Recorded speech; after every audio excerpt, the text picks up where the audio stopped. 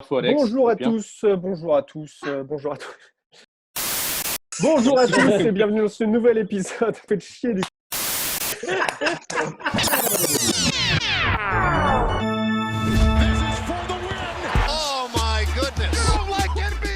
Bonjour à tous et bienvenue dans ce nouvel épisode de Passage en Force à la maison. On est rendu au 5e épisode, je crois, justement. Bonjour, mesdames, messieurs, comment allez-vous? Bonjour Mathieu. Bonjour Mathieu. Tout se Super. passe bien? Salut les gars. On a un invité ce soir, c'est Simon, qui est un fan de NBA de la première heure. C'est bien ça, Salut. Simon? Salut tout le monde. Et d'ailleurs, Salut, pour te Simon. présenter à tout le monde, on va te demander plusieurs petites questions, te poser plusieurs petites questions, genre quel est ton joueur préféré, quelle est ton équipe préférée, ton joueur préféré actuellement d'ailleurs et ton joueur préféré all-time.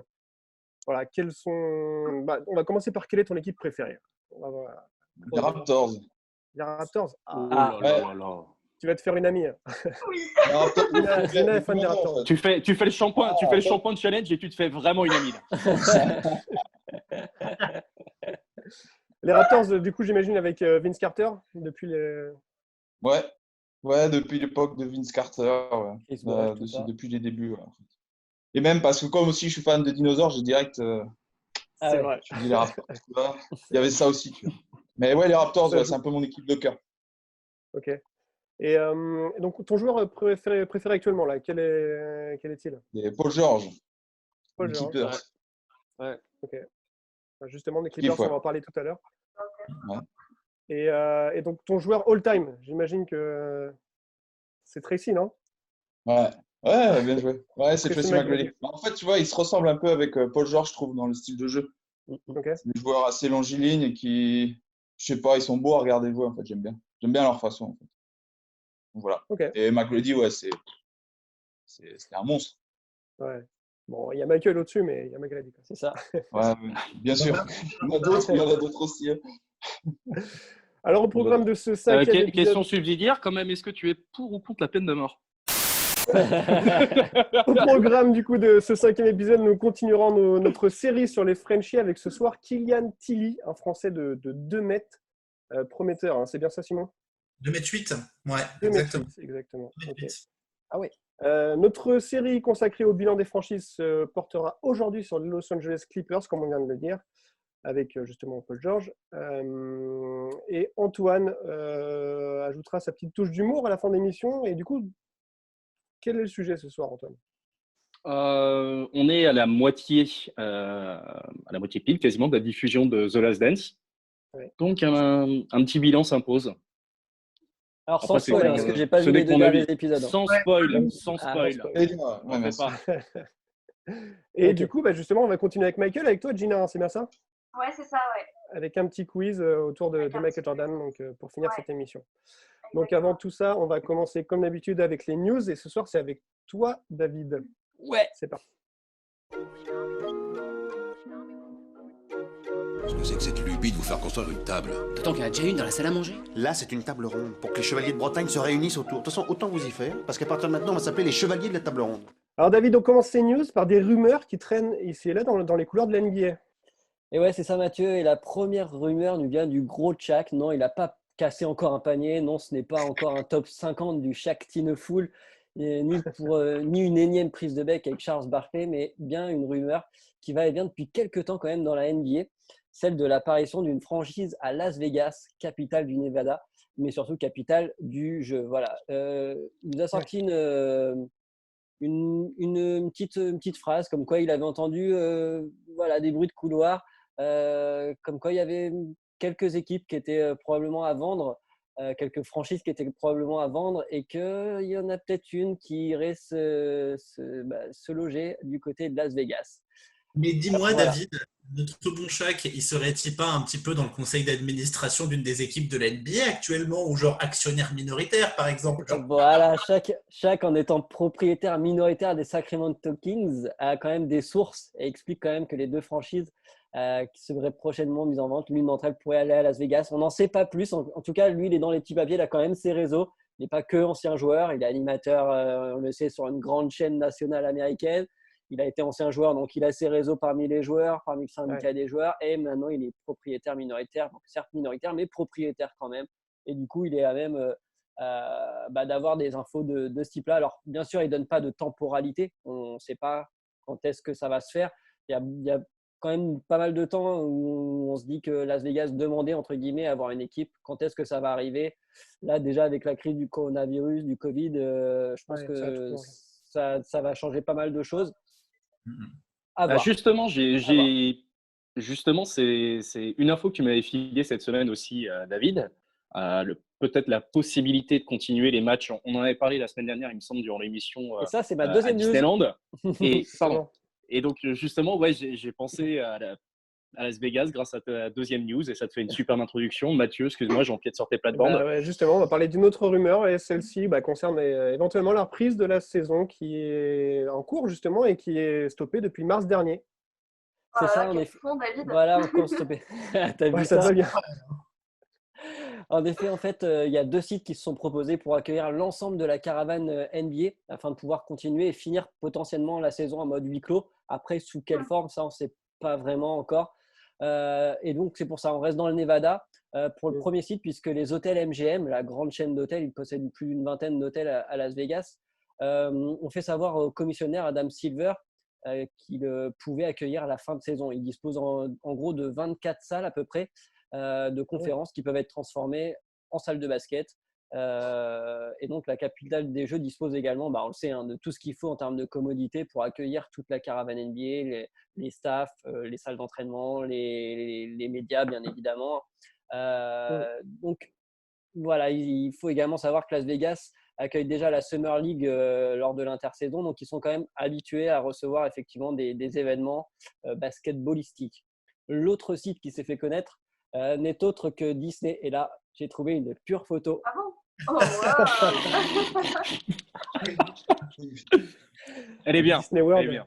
L'autre site qui s'est fait connaître n'est autre que Disney World en Floride, qui accueille déjà le tournoi NBA Junior et qui peut mettre pareil en place terrain, salle, hébergement pour les joueurs, staff, médias, et ainsi créer une sorte d'écosystème NBA à huis clos pour pouvoir permettre tant bien que mal une fin de saison. Maintenant, est-ce que ce sont que des rumeurs? Est-ce que la NBA va donner suite à une de ces deux propositions ou acheter une île comme il avait été prétendu pour aller finir les saisons? On ne sait pas. C'est un petit goût de Fire Festival quand même, un petit peu. Hein.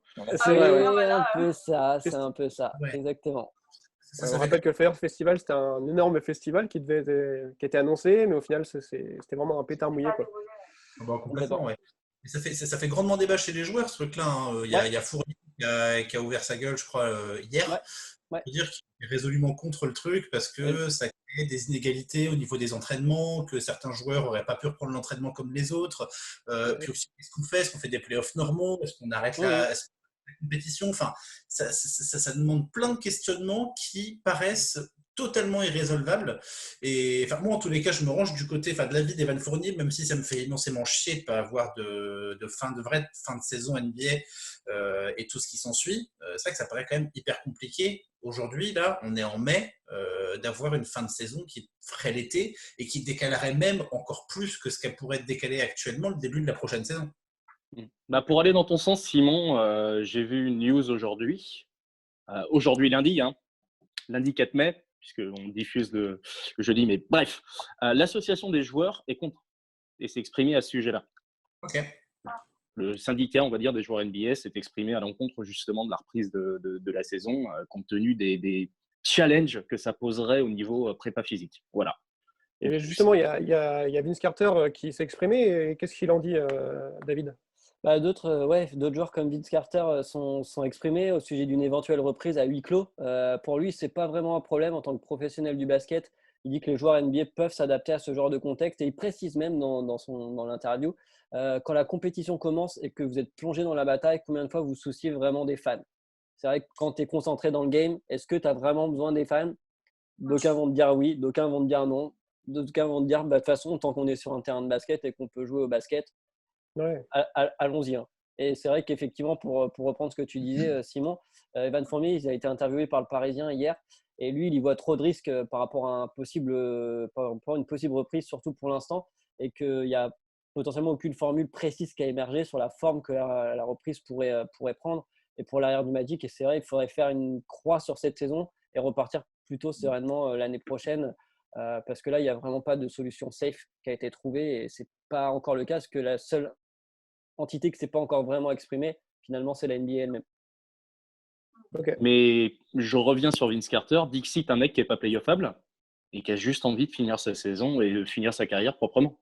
Ouais, après, c'est quand même un grand joueur, un grand vétéran, tu vois. Enfin, les playoffs, il en a Je suis fait. parfaitement d'accord. Après, ça reste un point de vue. Ça reste un point de vue. C'est logique que Bien sûr. dans les joueurs, il y a certains qui disent moi, j'ai envie de jouer au basket, tout simplement. Et Dan Fournier, dans son interview au Parisien, le dit. Tu proposes à des gars de reprendre à faire du basket, bien sûr, mais il ne faut pas le faire n'importe comment, en fait. Et du coup, c'est dans ce contexte de fin de saison complètement incertain que la draft lottery a été annulée. Et voilà, c'est vendredi 1er mai que la nouvelle allait tomber. La draft lottery ainsi que la draft combine qui devait avoir lieu à partir du 19 mai. Donc la draft lottery le 19 mai et la draft combine du 21 au 24 mai. Donc ils ont été annulés et reportés à une date pour l'instant indéterminée. Ça devait avoir lieu tout bientôt. Et en fait, c'est tout simplement la saison n'étant pas officiellement finie. Il semblait quand même compliqué pour la NBA de maintenir ces deux événements.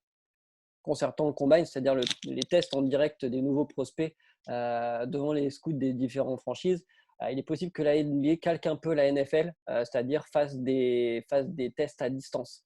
Alors, à voir sous quelle forme, mais ça me paraît compliqué. En vidéo, du coup ouais, ça serait de la vidéo sur des tests, mais après, tu peux faire que des tests, on va dire, direct, vu que tu peux pas avoir de confrontation entre deux joueurs, par exemple, ou en équipe ou en match en conditions réelles. Donc, ça serait que les tests de saut, de vitesse, de choses comme ça. Mais du coup, il y a pas mal de joueurs qui pourraient être désavantagés de ne pas pouvoir montrer ce qu'ils valent. Et je pensais à Surtout les défenseurs, par exemple, ouais. qui peut-être physiquement, tu es peut-être un petit peu en dessous. Par contre, sur un terrain de basket, avec 5 autres joueurs en face à face, tu vas donner autre chose, quoi. Donc voilà, à voir comment la NBA a encore beaucoup de choses à dire. Là, elle était attendue au début mai. Pour l'instant, elle ne s'est pas exprimée. Peut-être que d'ici la diffusion de l'émission, il y aura eu des nouvelles en provenance d'Adam Silver et de l'organisation générale.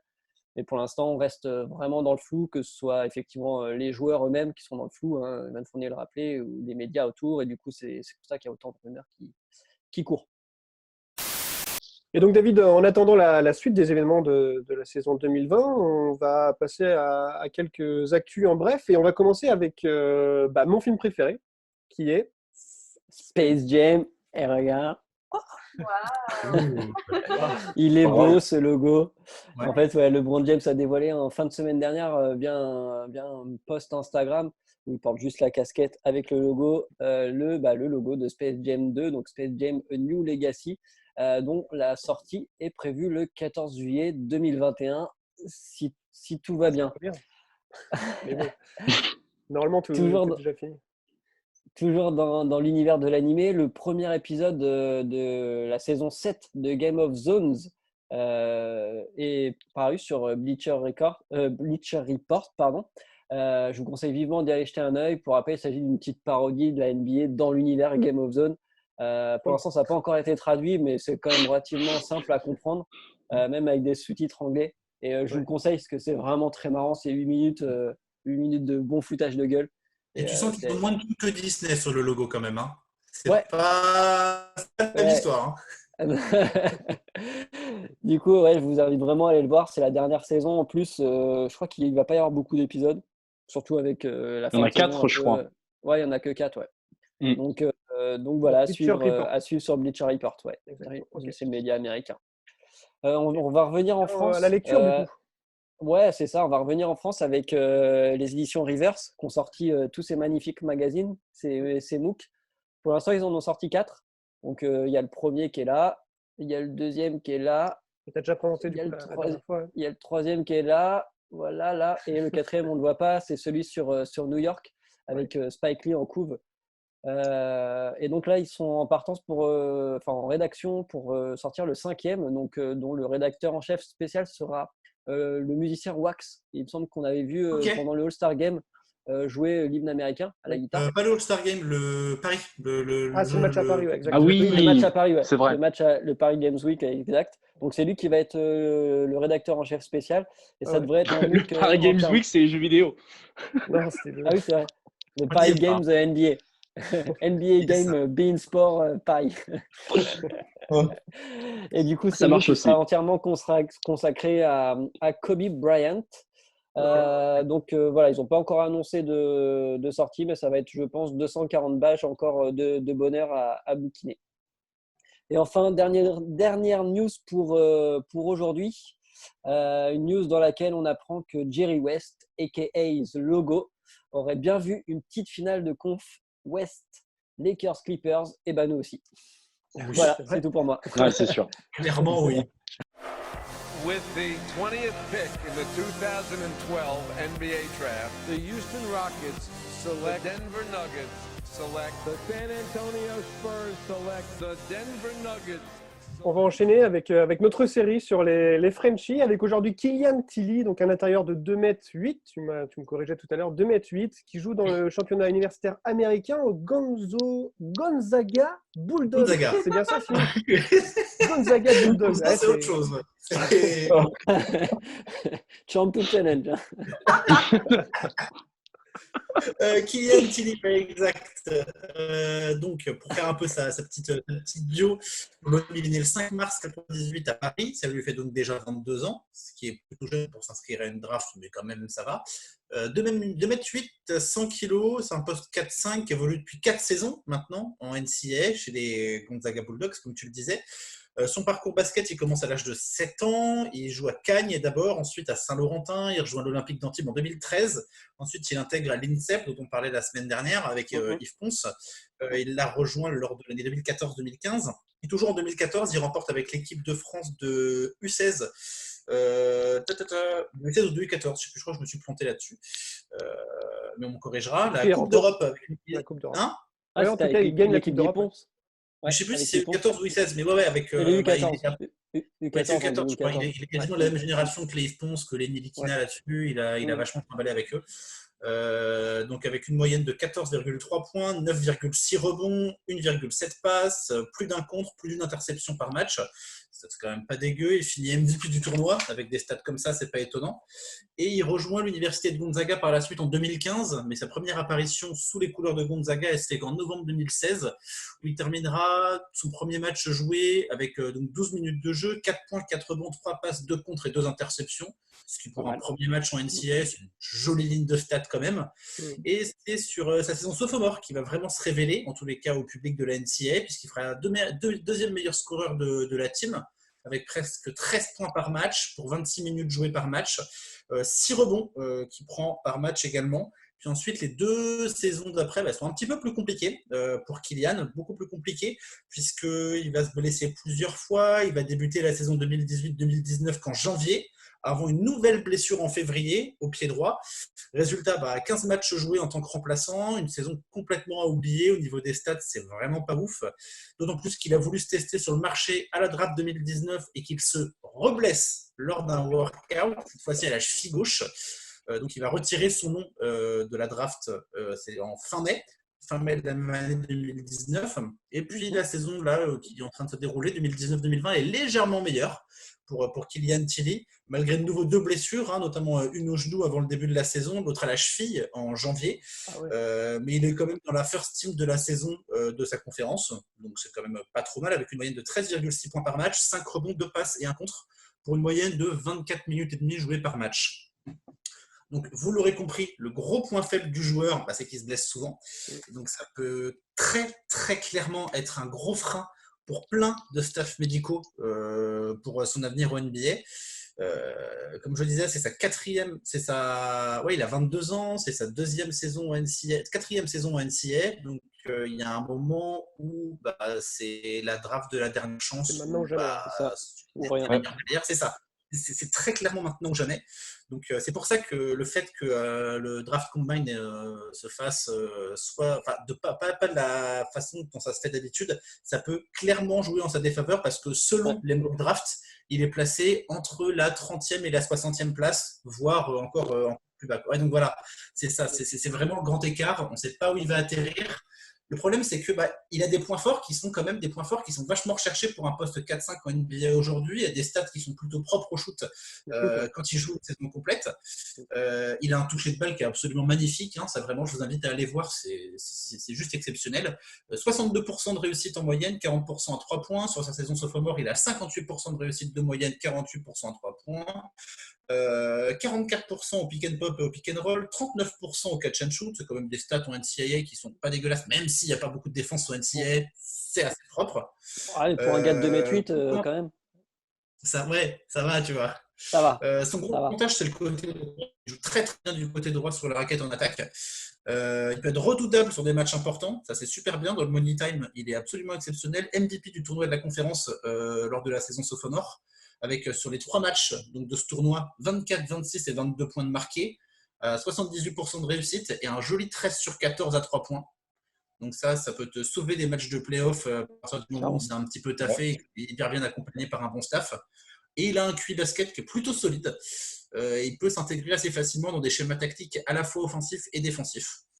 Donc c'est pas un joueur dégueu, mais voilà. Encore une fois, trop de blessures. Et s'il y a vraiment un truc à taffer au-delà des blessures, c'est que il manque un petit peu encore de masse musculaire au niveau des épaules pour jouer sur un poste bas en défense. Et ça peut rapidement lui jouer des tours en NBA. Donc il faut vraiment que là, tu vois, pas que ça double de volume, mais tu vois que ça prenne des bras et que ça prenne des épaules.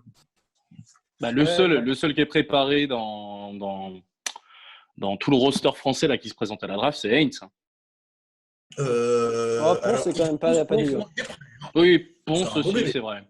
Ponce, je trouve beaucoup plus NBA ready que justement Kylian. Je suis entièrement d'accord avec toi. Et même Kylian Tilly. Kylian Tilly, je trouve pas du tout.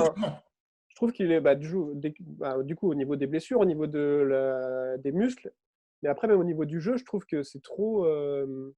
Effectivement, il a un bon shoot. Je trouve qu'en intérieur, il n'y a pas beaucoup de gens à l'intérieur, alors que pourtant c'est un intérieur.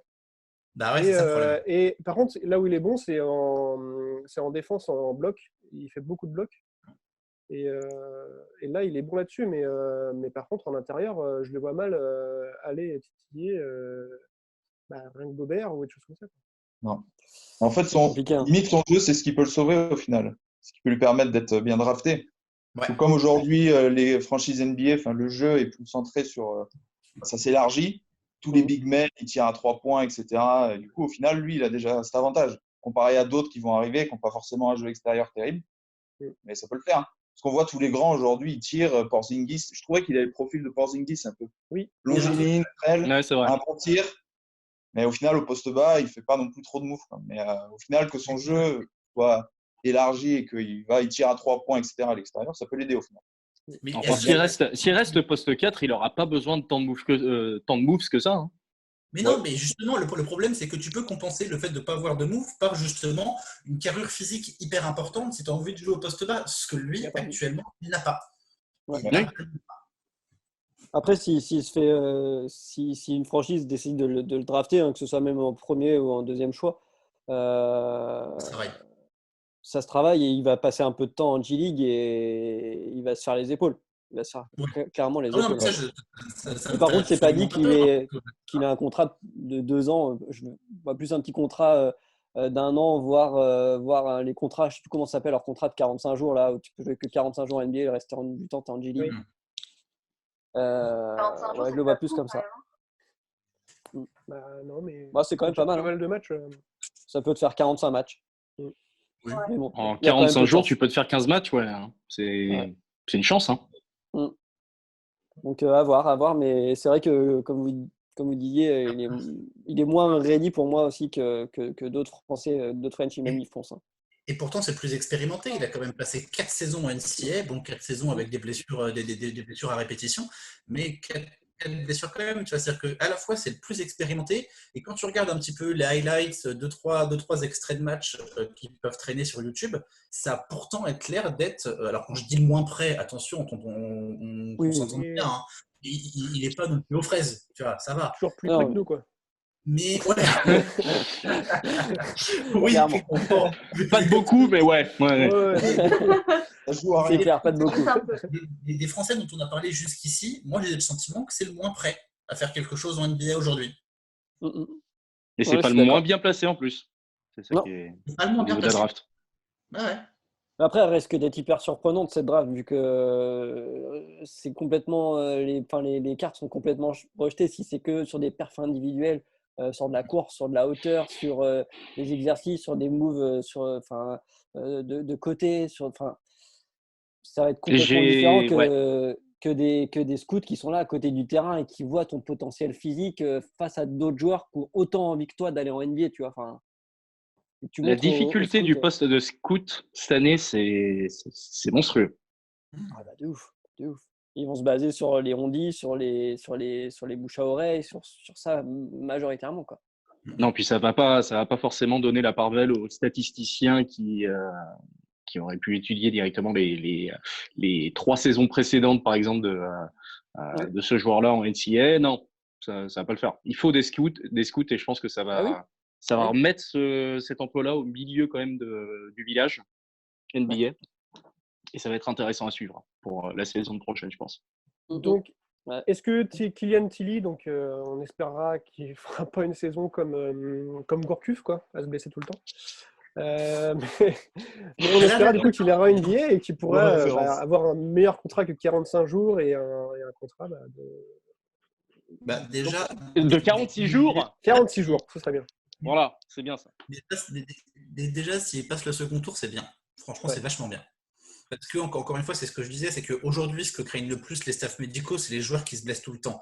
Là, mine de rien, en 2 ans, tu as 4 blessures, ça fait beaucoup. Ça fait vraiment beaucoup. Oui, après, il y a des cas particuliers de toute façon. Ok. Oui, non, mais toujours, évidemment. Mais voilà. Zion Williamson, par exemple, il était blessé. Il était blessé tout le temps. Enfin, son genou, il est un peu en carton. Bon, il y a quand même un. Oui, non, mais ce que je veux dire, c'est que. Non, il y a un niveau d'attente différent. Oui, il y a un niveau d'attente, mais le niveau de blessure, il est encore humain, il est quand même. Il reste là, quoi. Le gars, il fait un mauvais move. Les 8 millions que Jordan il a mis sur lui pour son sponsoring, s'il ne joue pas, c'est vrai. Ça sert à rien, quoi. Tu vois, il aura plus de temps pour faire des pubs. Génial. Merci messieurs pour ce Kylian Tilly du coup qui se présente à la draft NBA pour la draft 2020. Donc on espère pour lui qu'il ira en NBA. On va passer maintenant à notre série sur le bilan des franchises avec aujourd'hui la 2e franchise de Los Angeles. Oh, quelle objectivité! Quelle objectivité, Mathieu! Bravo, Mathieu! Et donc, je parle bien sûr des Clippers qui sont qui sont 2e de la conférence Ouest derrière les Lakers. Les Lakers. Mais oui. Alors, qu'est-ce qu'on peut en retenir de ces Clippers de cette année qui une équipe blessure. C'est ça. Bah comme beaucoup d'équipes NBA la saison passée et là cette saison 2019-2020. Mais c'est vrai, quand tu vois le nombre de matchs joués d'un Paul George, par exemple, qui est seulement à 42 matchs joués, Kawhi qui était à 50, et les autres sont à 60, quoi. Donc ça, voilà. C'est pas, on n'est pas dans le drame des Nets, heureusement. Mais ça a été une saison en dents de scie au niveau principalement dû aux blessures.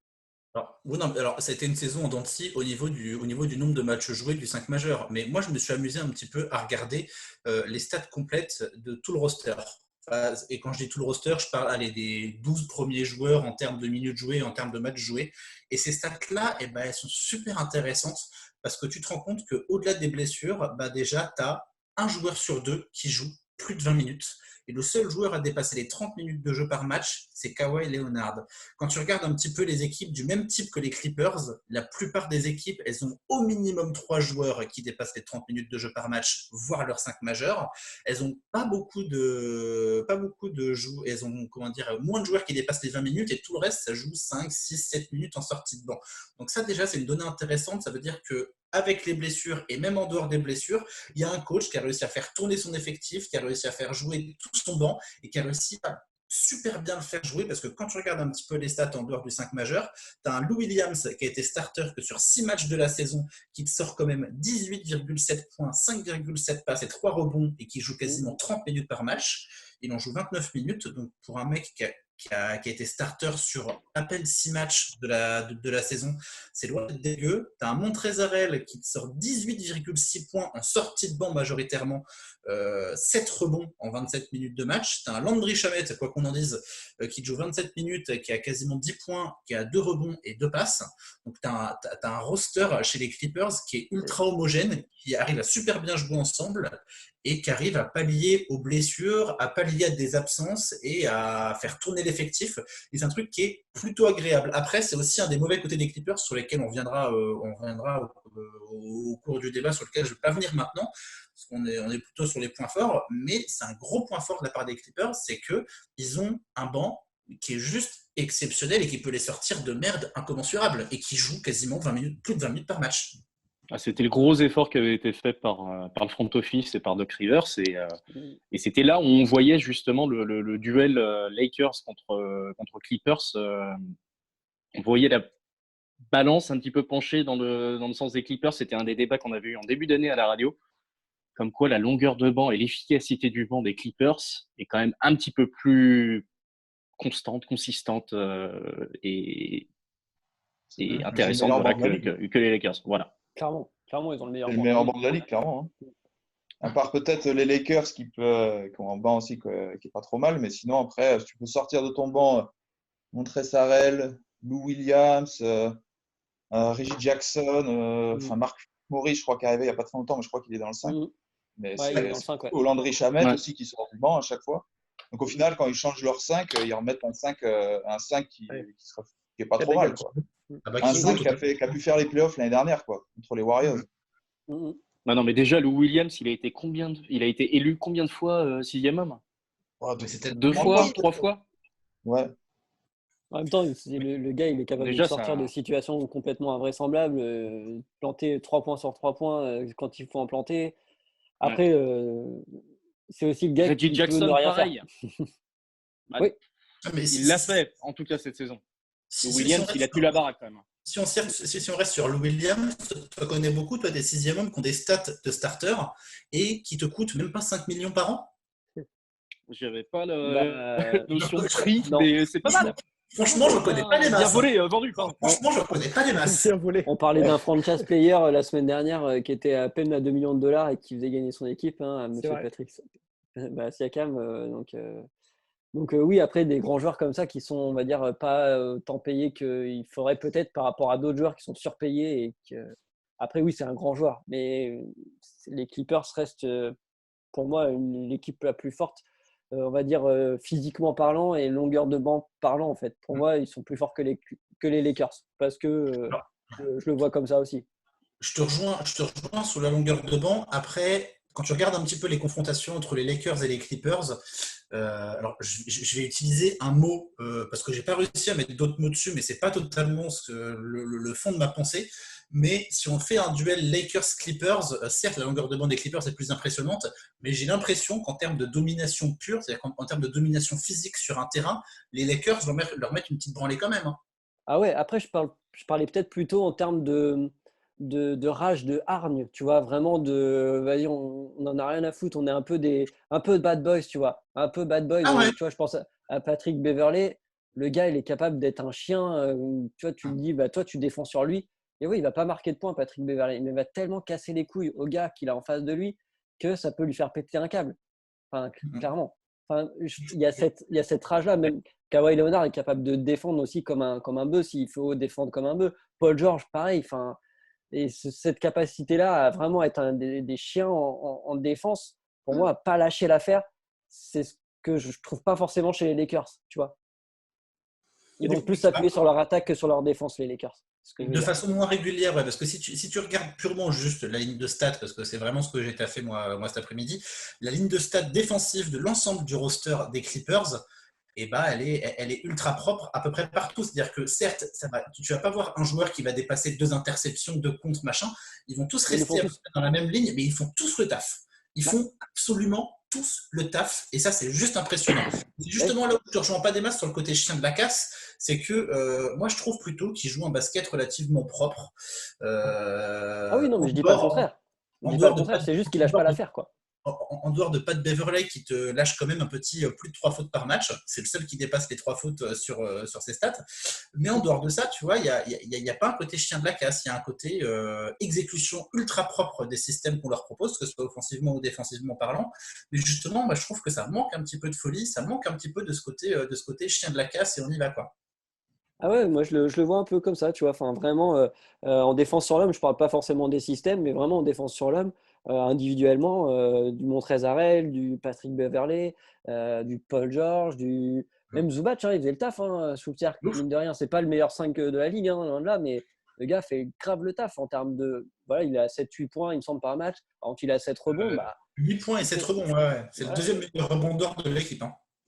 Voilà, donc il fait quand même le taf. Et c'est pas non plus un 5 quand tu te dis donne-moi un 5 là comme ça, tu penses pas à Zubac direct. Non, pourtant il est starter aujourd'hui. Hein. Et pourtant il est starter. Et c'est comme tu dis, il exécute hyper bien et pareil en défense, je pense que voilà, il est quand même intimidant, tu vois, c'est pas le petit 5 quoi, on va dire. Non. Bah, c'est surtout ça, les Lakers, la qualité qu'on pourrait leur prêter, c'est le fait que quasiment tous leurs 5 majeurs et même des joueurs du banc sont dominants. Les Clippers, pas tant que ça. Mais quand on parle de dominance, c'est principalement côté offense. Ouais. Côté offensif, pardon. Mais même si tu as des joueurs dominants en face, les Clippers, ils ont au moins un joueur qui est capable de s'occuper de chaque joueur des Lakers. Voilà. Bah, c'est ça. S'il n'y a pas la domination, ils savent trouver les armes ailleurs, quelle que soit l'équipe. Et ça, c'est absolument impressionnant. Ils t'ont donné des leçons à des OKC, à des Houston. Bon, après, Houston, ça compte plus trop vu qu'ils sont quasiment en small ball depuis le mois de février H24. C'est limite chiant à regarder. Mais ils peuvent te mettre des leçons pures, comme tu disais, de défense sur l'homme, mais absolument exceptionnelles sur des matchs entiers. Ouais. D'accord, après, les Lakers, si je reviens sur la comparaison avec les Lakers, tout à l'heure, tu parlais du coup un peu de la domination, enfin on parlait de la domination, etc. Mais au final, c'est un peu vrai. Et ça se ressent en fait dans le collectif. Les Lakers, ils peuvent plus se lâcher parce que leur collectif, il est plus rodé. Les Clippers, en fait, ce qu'ils ont eu, c'est qu'il y a eu beaucoup de turnover avec les blessures, etc. Tout ce qu'on sait. Le load management aussi un peu avec Kawhi. Et du coup, au final, comme il y avait déjà aussi un collectif qui était bien en place l'année dernière avec les Clippers, il n'y avait pas de superstar, il n'y avait pas de Beverly, Montrezl ou Williams, mais ils faisaient le taf. Et au final, tu intègres 2 superstars là-dedans, donc Paul George et Kawhi. Du coup, le collectif, il faut qu'il s'adapte. Et du coup, ça a pris beaucoup de temps. Moi, tu vois, je pensais au début à la saison des Clippers. Je l'ai trouvée un peu décevante par rapport au roster et tout, et ce qu'il y avait, tu vois, par rapport aux attentes. Au final, elle n'est pas si déconnante que ça, parce qu'ils ont réussi à se classer la deuxième jusqu'au coronavirus. C'est pas si mal. Deuxième, je suis pas loin d'être derrière les Lakers. Je crois que sur les confrontations, ils ont gagné 2 et les Lakers ont gagné la dernière. Et au final, le collectif, il commençait à se roder, tu vois. Et là, il commençait à être dangereux. Paul George était revenu de blessure, il commençait à scorer plus. Tout le monde était là. Ils ont intégré Marcus Morris, Reggie Jackson aussi, très bien. Et du coup, là, je me disais, ouais, putain, elle est décevante, tu vois. Mais au final, au fur et à mesure, ils ont réussi à se classer deuxième. Et là, le collectif commençait à prendre. Et du coup, pour les playoffs, je pense qu'ils n'en étaient pas bons du tout à prendre, je pense. Vu les mouvements qu'il y a eu à l'intersaison, prendre les 2 tiers de la… Et vu les blessures aussi, prendre les 2 tiers de la saison pour trouver son rythme, c'est pas déconnant. Hein.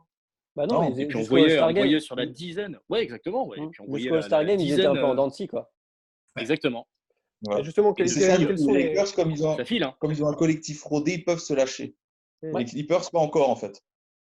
C'est ça la Après, là, grosse c'était intéressant, ça aurait été hyper intéressant de voir ce qu'allait pouvoir apporter le recrutement de Joakim Noah, qui a été juste, on lui a coupé l'herbe sous le pied. Il avait un contrat de 10 jours, donc le contrat est toujours valable étant donné que la saison est arrêtée. Mais j'aurais bien voulu voir aussi en plus, il était prévu la fin avril un Lakers Clippers avec Joakim qui a retrouvé son copain LeBron. Voilà, avec ça aurait pu apporter peut-être ce côté qu'on parlait tout à l'heure, Simon, un peu chien dans la défense. Parce que lui, pour le coup, il doute de pas grand-chose. On avait eu le débat à la radio quand la signature de Noah avait été officialisée et c'est ce qu'on s'était dit. Et moi, je suis pareil que toi. Je regrette de ne pas l'avoir vu sur un terrain jouer avec les Clippers parce que rien que l'idée de voir ça, mais putain, j'en rêve la nuit, quoi. J'en rêve la nuit. De voir lui avec côté de Patrick Beverley et tout. Non, mais ça aurait été fou. Ne serait-ce que 3 minutes, 5 minutes sur un terrain, je m'en fous, mais ce serait tellement marrant. Mais par contre, il faut absolument qu'il fasse un lancer franc. Moi, c'est le seul truc que je veux voir aussi. C'est vrai, possible. Non, après, Donc, les du coup, gars, j'espère qu'ils vont lui donner. Pardon, excuse-moi, vas-y. Vas-y, tu voulais. Non, j'espère enchaîner. qu'ils vont lui donner sa chance l'année prochaine et qu'ils vont Ouais. avoir la possibilité soit de reporter le contrat, parce que d'une saison à une autre, c'est pas forcément dit. Ce que Et disait puis, David, putain, c'était des reporté tests. apparemment. Si, ça va être reporté. Pour Donc, l'instant, du coup, son contrat est les toujours points valable. faibles de cette équipe, donc c'est le roster qui est pas encore assez rodé avec les deux nouvelles stars là, qui viennent d'arriver. Et quels sont les autres points faibles là, qu'on pourrait voir en cette fin de saison, on peut dire? J'en vois pas des masses. Non. Moi non plus, j'en vois pas. Après, c'est juste l'irrégularité qui découle de ce qu'on vient de dire, quoi, de ce collectif qui n'est pas encore complètement en symbiose. Bah, tu as ce qu'on avait jusqu'au mois de février à peu près, c'est-à-dire des matchs où tu hallucines offensivement, défensivement, les gars sont au top. Et le match d'après, c'est les portes ouvertes. Tu as l'impression que les gars ils sont en camping et allez-y, pas de souci, marquez, il n'y a aucun problème. Et puis en attaque, on ne fait rien. Donc, c'était un peu les deux poids, deux mesures. Après, il me semblait qu'il y avait une stat qui était sortie comme quoi, quand Kawhi et Paul George jouaient ensemble, parce qu'ils n'ont pas fait finalement beaucoup de matchs. Il n'y a pas eu beaucoup de matchs perdus à ce moment-là. Ouais, Donc c'était quand même, ça présageait quand même de bonnes choses pour la fin de saison. Ils ont fini à 44-20, il me semble, 44 victoires, 20 défaites. C'est ça, ouais. Alors que l'année dernière, ils étaient à 48 à la fin de la saison. Donc voilà, ils allaient quand même aller un peu plus haut. Deuxième, c'est pas dégueu. Je pense qu'ils auraient pu la conserver, cette deuxième place, ne serait-ce que pour avoir l'avantage de terrain et potentiellement se retrouver comme défiés au premier tour des Dallas ou autres. Ça aurait pu être vraiment des playoffs magnifiques et des montées en puissance. Vu comment ils nous ont fait vibrer l'année dernière en playoff sur un tour, là avec l'équipe qu'ils ont, voilà. C'est frustrant. Ça aurait été tellement intéressant et on peut rien faire, bordel. Qu'est-ce qu'il y a, Simon? Ça aurait été le minimum final de conférence pour eux. Bah oui. Oui. Tout le monde voyait les Lakers Clippers en finale de conf. Hein. Ouais. À moins de grosses blessures, tu vois, ça aurait pas. Qui est-ce qui a dit ça tout à l'heure? Tu disais, David, qu'est-ce qu'il disait? J'aurais voulu voir Lakers Clippers. C'était The Logo, Jerry West. Exactement. Donc on qui est rejoint consultant là-dessus. pour les Clippers, donc est-ce que voilà. Mais en tout Ok. cas, ouais. Eh ben, on retient du coup que ces Clippers, on aurait voulu les voir un peu plus longtemps du coup, sur cette saison, hein, mais malheureusement, on ne pourra pas. Et on verra par contre l'année prochaine, hein, parce que là, comme tu disais, Simon Brun, excuse-moi, hein, que là, le roster, enfin l'équipe n'est pas encore affûtée avec ces deux nouveaux gros joueurs qui viennent d'arriver. Et du coup, l'année prochaine, je pense que ça va bien donner, quoi. Vous êtes d'accord avec ça? Je pense aussi, ouais. Je pense que l'année prochaine, là, s'ils arrivent à s'entraîner et que du coup la saison est arrêtée et qu'ils reprennent du coup début novembre ou fin octobre, je pense que ça va être solide les Clippers. S'il n'y a pas trop de bonne prépa physique, un peu de chance pour Paul George notamment, et puis voilà, ça roule. Ouais. Ouais. Et Joachim Noah lancé franc, et on sera bon. Et ben voilà. Et on enchaîne avec les élucubrations d'Antoine ce soir, qui va nous parler de The Last Dance. C'est bien ça, Antoine? C'est bien ça. J'ai le droit à un petit jingle ou pas?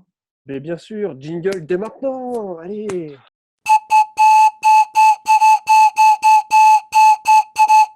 Alors du coup, Antoine, The Last Dance, donc la série sur Michael Jordan de 6 épisodes, non? C'est bien... Non, plus que ça.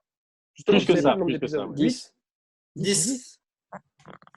Donc là, on a une bonne moitié. Ça fait 3 semaines que l'émission a commencé à être publiée sur ESPN et sur Netflix.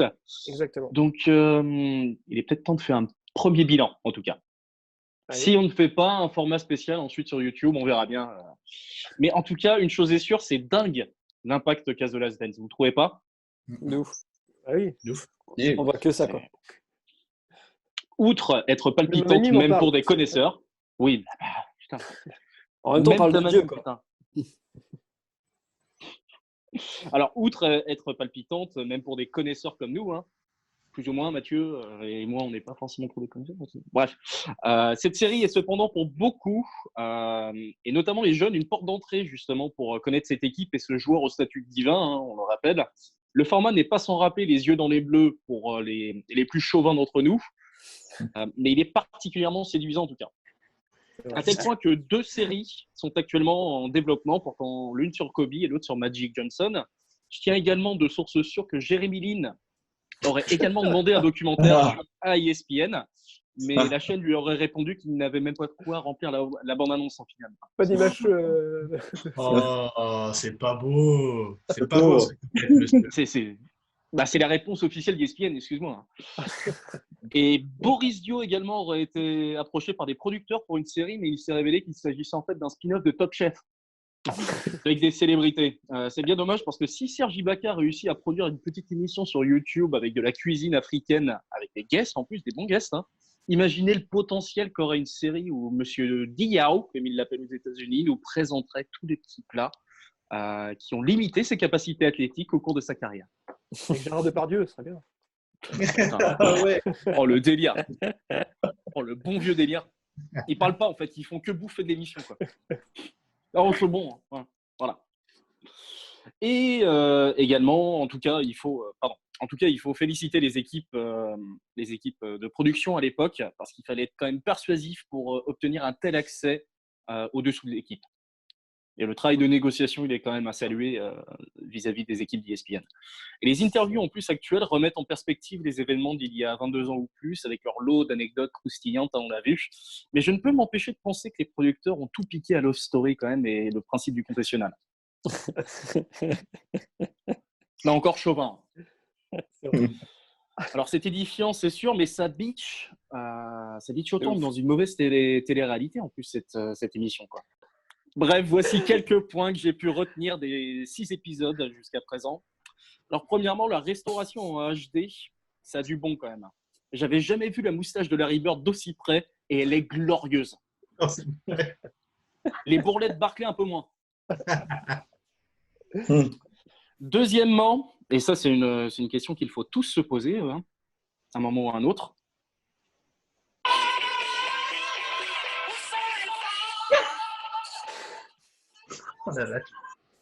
C'est la magie du direct. Il y a de la préparation et tout, c'est incroyable. Il y a de la grosse prépa, ouais. C'est génial. Non, je déconne. On en a terminé avec la parenthèse féministe. Également, Paxson. Putain, il a pris un gros coup de vieux. Et en plus, maintenant, il ressemble à Rorschach dans Watchmen. La preuve en image, Mathieu, qui mettra ça au montage, mais j'ai également un petit truc. Vous ne trouvez pas qu'il ressemble à Paxson quand même? Oh. Il y a un truc.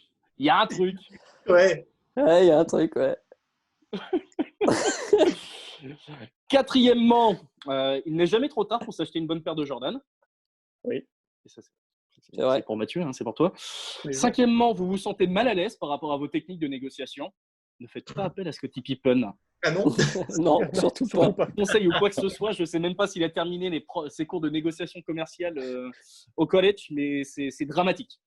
C'est dramatique ce qui lui est arrivé. Et sixièmement, on ne le dira jamais assez, mais les années 90, c'est néant côté coiffure. Et côté chemise aussi. Côté chemise. Ouais, côté chemise, chapeau on aussi. trouve du Russell Westbrook. Et si Russell ouais, Westbrook est resté exprès, quoi. 2 décennies en avant. Ouais, c'est vrai. Ouais. Non, je voulais savoir si Antoine avait des leçons à nous faire côté coiffure. Vu que tu as l'air de t'y connaître un peu. Ouais, donc ça c'est du conditionneur 2 fois par semaine. Voilà, rien de plus. Et après, ça fait des miracles. C'est juste la classe. Exactement. Merci David. Merci. Bah, c'est pas terminé. Ah, c'est pas terminé. Trop cher. Bah attends, putain. mais tu t'écartes une belle la série. carte. Non, tu vas me laisser finir quand même. J'ai le droit de terminer. Je t'en prie. Bref, une belle série qui m'a fait décrocher de Basketball Wives finalement. Oui. J'attendais ce Tu étais déclic. accro à cette série d'ailleurs. Ouais, putain, on n'a toujours pas par contre le bilan des 8 saisons. Là, personne n'a préparé. Non, faut qu'on le fasse. Moi, j'ai fait la chronique. Vous pouvez au moins faire le bilan, quoi. Bref, autant de drames que Basketball Wives, mais au fond, il y a du fond, bizarrement. Et pour les auditeurs, si vous aussi vous êtes convaincus de la pertinence d'un documentaire sur Boris Dio, faites-le nous savoir sur Instagram, sur Facebook et sur tous nos réseaux sociaux. Ça nous frappe. Voilà. Mettez des pouces. 2 pouces, ça veut dire que c'est pour Boris Dio. Mais en tout cas, on attend vos retours là-dessus parce que moi, je pense qu'il y a un véritable potentiel et on pourrait peut-être produire, nous, pendant qu'on est un acteur majeur de l'actualité NBA quand même sur le territoire français. Merci Antoine. Merci, bravo pour cette conclusion de la moitié, de la première partie en tout cas de cette série sur C'est Last compliqué, Dance. c'est Je sais compliqué pas pour tout comment le monde. terminer ta chronique. Et Gina, justement, pour continuer sur Michael Jordan, et du coup tu as préparé un petit quiz consacré à Ouais, Michael. j'ai préparé quelques petites questions. Avec le cancer, quel autre signe du zodiaque occidental commence par un C? Le Sagittaire. Le Capricorne. Bon, on va commencer facile. Alors, question de rapidité, hein, pour expliquer à Simon qui n'est pas Ah oui. habitué à ce quiz. Donc, c'est une question de rapidité, évidemment.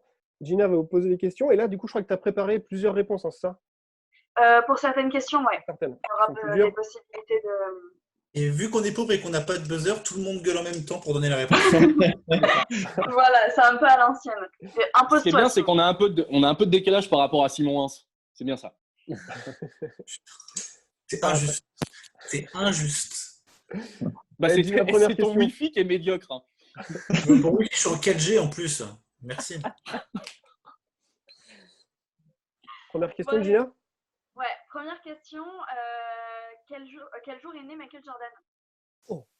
Quel Le jour? 27 C'était février. un jeudi. C'était un 17 jeudi 17 après-midi. février. 17 février. Un jeudi matin, la rosée était fraîche, hein, encore.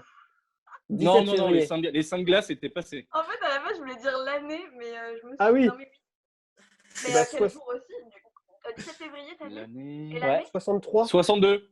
62, ouais. 63. 3, allez hop, au revoir.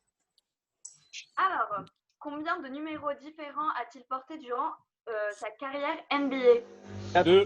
2. 2, 2, 4. 2. Non, 2. Mais non, Trois. c'est 4, c'est obligé. 3, Trois. ouais. 3. Le 12. Trois. Le 23 et le 45.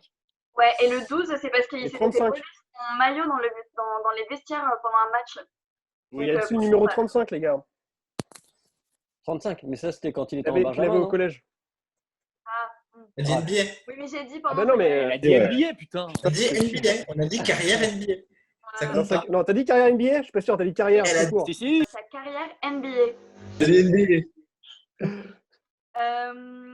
Combien compte-t-il de participations et de victoires au concours de Dunks? 2 victoires en 2 participations, 2 victoires en 3 participations ou 3 victoires en 3 participations? Ouais, moi je dis 2 3. victoires en La 3 deux. participations. La deux. Oula. C'est 2 sur 3. La 2. Ah, La attendez. La 2, La moi aussi. deuxième, ouais. Donc vous dites 2 victoires en 3 3 participations? participations. Ouais. Ah, moi, je dis Ouais. Ouais, c'est ça. Merde. Qui a gagné la Parce qu'il avait été participation? battu en Osé. 85. Ils ont osé faire perdre Jordan. Vous, Simon. En 85. Oh, l'année de c'est ma naissance. Attends, son année sophomore. Ouais, c'est vrai. Il C'est l'a honteux foiré. quand même. C'est honteux quand même. Quel est son record de points sur un match en NBA? 69. 64, 67, 69 ou 71? Oui, ça 69 67. Ouais. Non, 69. au Cleveland. 64. Mathieu, ça c'est une question spéciale pour toi. Quel 84. changement stylistique la NBA doit-elle à Michael Jordan et en quelle année? Les couleurs des 84, chaussures. les chaussures de Michael. Bah alors non, je pensais pas du tout à ça, mais il y avait autre chose. Mais En vrai, il s'est pris des amendes pendant toute une année parce qu'il a porté ses premières Jordan 1 qui étaient couleur noire en fait et il n'avait pas le droit. Et normalement, c'était que. C'était quoi? C'était la règle des 50%, c'est ça? Ouais, c'est ça. Je du sais coup, plus ils comment ont payé la une- définir exactement. Ouais, mais... Bah, ouais, Trop de c'est noir. compliqué, mais- Trop de noir sur En les, gros, voilà, sur les c'était pompes. trop Et différent des. Parce que non, avant, ils avaient des chaussures toutes blanches ou toutes jaunes ou toutes bon, alors quel autre changement? stylistiques. Ouais. Est-ce que c'est avec les éponges? les scratchs. La taille des shirts. La taille du short? Ouais.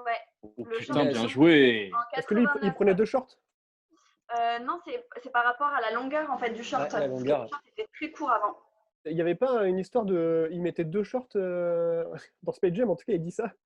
Oui. Il avait un short sous son short, en fait. Ah, peut-être C'est son short possible. porte-bonheur. Ouais, exactement. possible, Le parce short qu'ils de étaient très North courts, les Carolina. shorts, Et du coup, je sais pas.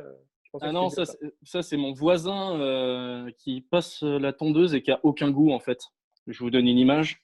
Je viens de voir ça aujourd'hui. Mathieu, tu vas vomir.